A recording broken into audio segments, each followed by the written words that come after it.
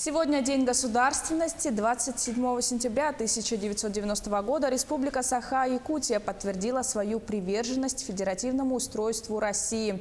О значении этого события для республики и ее жителей, чем ознаменовался год правления в качестве главы региона Айсена Николаева после его официального вступления в должность. Какой видится работа нового состава парламента, избранного год назад? Об этом нам сегодня расскажет гость студии Александр Ким Кемен, председатель Конституционного суда Республики.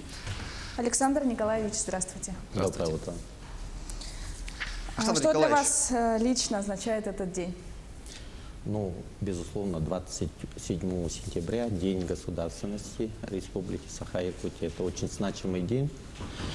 Иногда в народе есть определенная путаница, когда говорят, что у нас два праздника на 27 число, 27 апреля.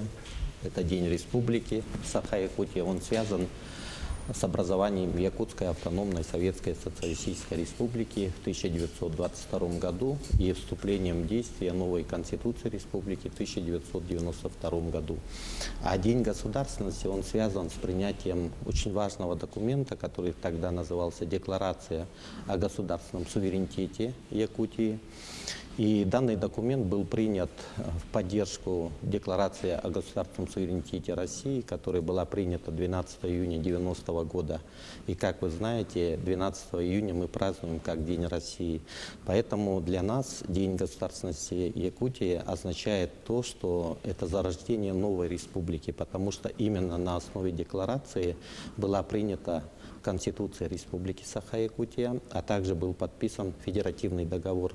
Вы сказали о том, что мы подтвердили свою приверженность российскому федерализму. И с этой точки зрения я хотел бы отметить, что наша республика во главе с Михаилом Ефимовичем Николаевым как раз была инициатором подписания этого очень важного документа, который я считаю государствообразующим.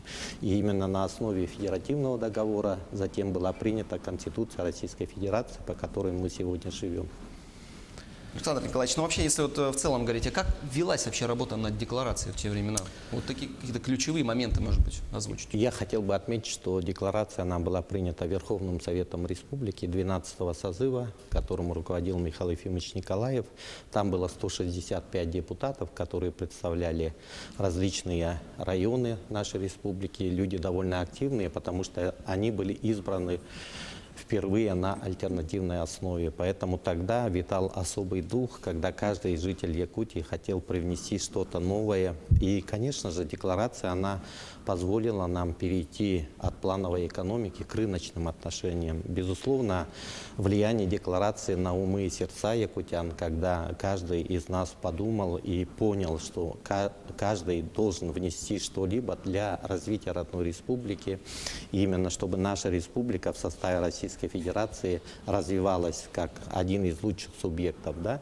В этой связи я хотел бы отметить, что на основе декларации, помимо федеративного договора, Республика Саха-Якутия в единственном числе подписала соглашение с правительством России по экономическим вопросам, в соответствии с которым нам были выделены определенные квоты по реализации алмазов, золота. И это, конечно же, создало условия для наполнения бюджета, для выполнения социальных обязательств.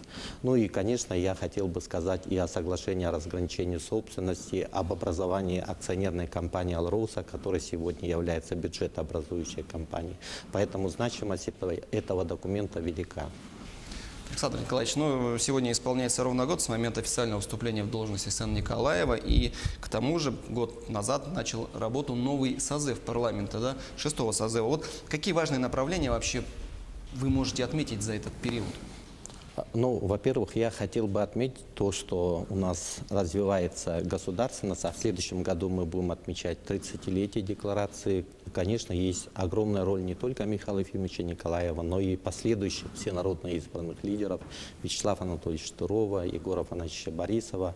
И вот очень динамично начал свою деятельность наш всенародно избранный Илдархан Айсен Сергеевич Николаев. Вот в прошлом году в этот день мы проводили инаугурацию, вступление в должность, и, конечно же, он принес клятву на Конституции Республики Саха-Якутия, и сегодня он является гарантом динамического развития нашей республики. И то, что вы увязали этот вопрос с формированием нового состава Государственного собрания Илтумен 6-го созыва, который возглавляет Петр Васильевич Гоголев, это очень правильно, потому что я хотел бы отметить, что одним из прорывных документов является стратегия социально-экономического развития республики на период до 2032 года, целевым видением до 2050 года, который был инициирован главой республики, а принят в виде закона о Государственном собрании Илтумен. Во-вторых, вы знаете, что 2019 год у нас объявлен годом консолидации, и это говорит о том, что власть и общество должны на основе реального диалога, понимая друг друга, идти в ногу. И я бы хотел отметить, что мы чувствуем, что сегодня очень сильны действия общественных организаций, действия политических партий, которые представлены в Государственном собрании Илтумен. Это и «Единая Россия», это Коммунистическая партия, и «Справедливая Россия», ЛДПР. И я хотел бы отметить, что парламент сегодня тоже подводит определенные итоги. Буквально вчера мы были участниками научно-практической конференции, посвященной 25-летию Государственного собрания Илтумен, где состоялся очень заинтересованный разговор. И я хотел бы отметить, что Илтумен является правопреемником Верховного Совета Республики 12-го созыва, который также принимал очень важные законы, очень важные программы, по которым, я думаю, сегодня идет и продолжается работа. С точки зрения деятельности Илдархана на федеральном уровне, я хотел бы отметить, что действительно очень важные вопросы ставятся, которые будут отражаться в социально-экономическом положении каждого якутяна. Я имею в виду и строительство моста, я имею в виду то, что глава республики был основным докладчиком на заседании Госсовета, который проходил в рамках Восточного экономического форума. Его идея, предложение о том, чтобы ипотека для молодых семей была 2%, она принята главой государства, Владимир Владимирович Путин это поддержал. И по многим направлениям мы сегодня ощущаем поддержку правительства Российской Федерации. Я думаю, что надежда на республику большая, потому что сегодня мы знаем, что в приоритете развитие Арктики. Да? И Айсен Сергеевич организовал новое министерство по делам Арктики и народов Севера. И это министерство, конечно же, будет формировать новую повестку, потому что сегодня нужно очень четко работать с федеральным собранием, потому что планируется принятие ряда федеральных законов, да, которые будут воздействовать на жизнь на Крайнем Севере. Я всегда говорю с любой трибуны, что коренные малочисленные народы Севера, они охотятся, рыбачат, занимаются оленеводством, своим традиционным промыслом, да, и это говорит о том, что эти люди несут важную охранительную функцию российского государства, потому что мы этим доказываем, что Арктика на самом деле российская.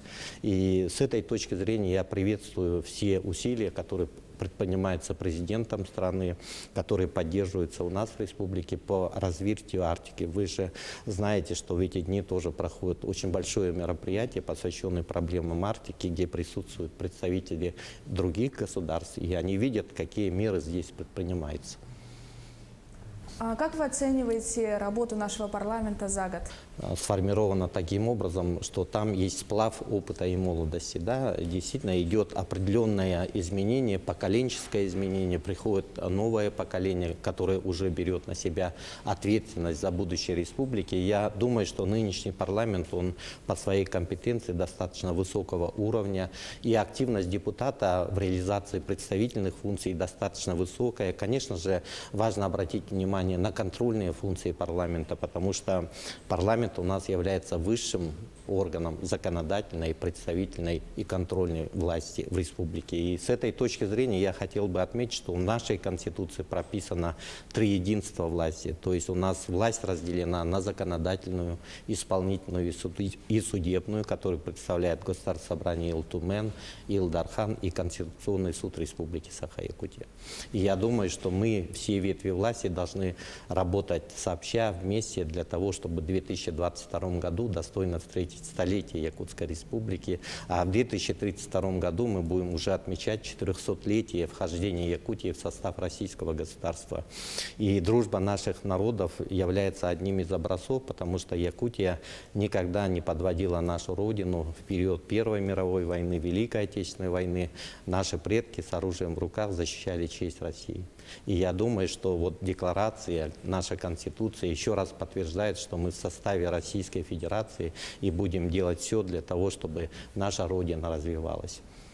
Вы возглавляете Якутское региональное отделение Ассоциации юристов России. Расскажите, какие сейчас планы и задачи перед ассоциацией? Ну, я должен подчеркнуть, что роль юридического сообщества в нашей республике достаточно высокая. Я сам с 1994 года возглавляю это юридическое сообщество. Сначала у нас был Союз юристов, потом Ассоциация юристов, а сегодня это Якутское региональное отделение Ассоциации юристов России. Мы инициируем ряд важных направлений, в том числе развитие качества юридического образования. Во-вторых, мы были инициаторами принятия концепции повышения правовой культуры населения. Мы реализуем такой проект, как Детская академия права, потому что убеждены в том, что в школах ребята наши должны понимать, что в нашем обществе все регулируется на основе закона, а не по понятиям. Ну и мы провели уже 2 съезда юристов Республики Саха-Якутия. Первый в 2013 году, второй в 2016 году. И в этом году решением нашего Илдархана будет проводиться 3-й съезд юристов. И повестки дня у нас, конечно же, повышение социальной ответственности юристов. Вы знаете, что каждый юрист, обладая определенным багажом знаний, хочет это выгодно продать или, так сказать, оказывая услуги. Но мы должны реализовывать в том числе и федеральный закон о бесплатной юридической помощи. Вот почему мы ежедекадно проводим единые дни оказания бесплатной юридической помощи и вообще формируем такую повестку, чтобы каждый юрист был социально ориентирован. И это очень важное направление, и мы будем продолжать эту работу. Что бы вы хотели пожелать молодежи нашей? Молодежь у нас активная. Я вот с 1994 года занимаюсь профессорско-преподавательской деятельностью и в Северо-Восточном федеральном университете был заведующим кафедрой. Очень рад тому, что мы вместе с Михаилом Михайловичем Федоровым разработали концепцию развития юридического образования. И наш юридический факультет СВВУ является флагманом в нашем университете. И хотел бы отметить, что университетская среда, вообще студенческая среда, она сегодня очень активная. Вот мы в прошлом году создали дискуссионную площадку студенческую ProLife, и мы каждый раз обсуждаем те вопросы, которые интересны студентам. Я вижу, как у них глаза горят, и я вижу, что они очень компетентные, но мы живем совершенно в новом мире. Сегодня социальные коммуникации очень развиты, да, и мы используем и социальные сети для того, чтобы наша молодежь была приобщена к общему делу и понимала общие задачи, которые ставятся перед республикой и перед нашим государством. Я хотел бы пожелать молодежи большей активности, продолжать. Также у нас есть молодежный парламент при госсобрании, у нас есть молодежное правительство. Также вот молодежь действительно активно участвует и в рамках нашего Конституционного суда. Гостем нашей студии был Александр Николаевич Кимкмен, председатель Конституционного суда республики.